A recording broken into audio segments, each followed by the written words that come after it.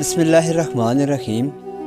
حضور صلی اللہ علیہ وآلہ وسلم کی یتیم پر شفقت کا واقعہ۔ نبی علیہ الصلوۃ والسلام عید کے دن گھر سے مسجد کی طرف تشریف لانے لگے۔ راستے میں آپ صلی اللہ علیہ وآلہ وسلم نے کچھ بچوں کو کھیلتے دیکھا۔ انہوں نے اچھے کپڑے پہنے ہوئے تھے۔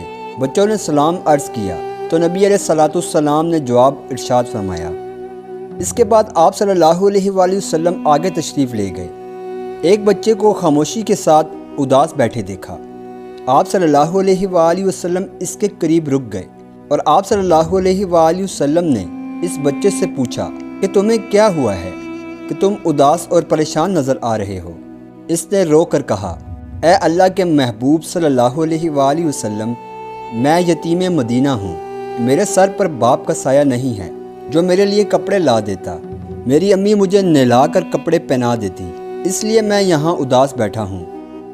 آپ صلی اللہ علیہ وآلہ وسلم اسے لے کر واپس اپنے گھر تشریف لائے اور سیدنا عائشہ صدیقہ رضی اللہ عنہ سے فرمایا۔ انہوں نے عرض کیا، اے اللہ کے رسول صلی اللہ علیہ وآلہ وسلم، میں حاضر ہوں۔ آپ صلی اللہ علیہ وآلہ وسلم نے فرمایا، اس بچے کو نہلا دو۔ چنانچہ اسے نہلا دیا گیا۔ اتنے میں نبی اکرم صلی اللہ علیہ وآلہ وسلم نے اپنی چادر کے 2 ٹکڑے کر دیے۔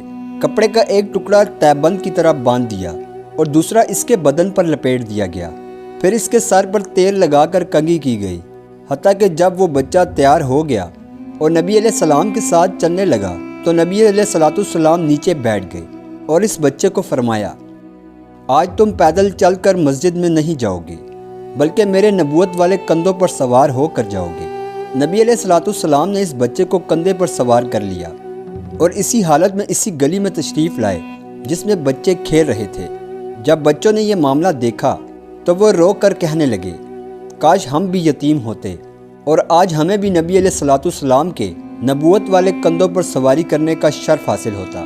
نبی علیہ الصلوۃ والسلام جب مسجد میں تشریف لائے تو آپ صلی اللہ علیہ وآلہ وسلم ممبر پر بیٹھ گئے تو وہ بچہ نیچے بیٹھ گیا۔ نبی علیہ الصلوۃ والسلام نے اسے ارشاد کر فرمایا کہ تم آج زمین پر نہیں بیٹھو گے۔ چنانچہ آپ صلی اللہ علیہ وآلہ وسلم نے اس بچے کو اپنے ساتھ ممبر پر بٹھایا اور پھر اس کے سر پر ہاتھ رکھ کر ارشاد فرمایا کہ جو شخص یتیم کی کفالت کرے گا اور محبت اور شفقت کی وجہ سے اس کے سر پر ہاتھ پھیرے گا، اللہ تعالیٰ اس کے نامہ اعمال میں اس کے ہاتھ کے نیچے جتنے بال آئیں گے اتنی نیکیاں لکھ دیں گے۔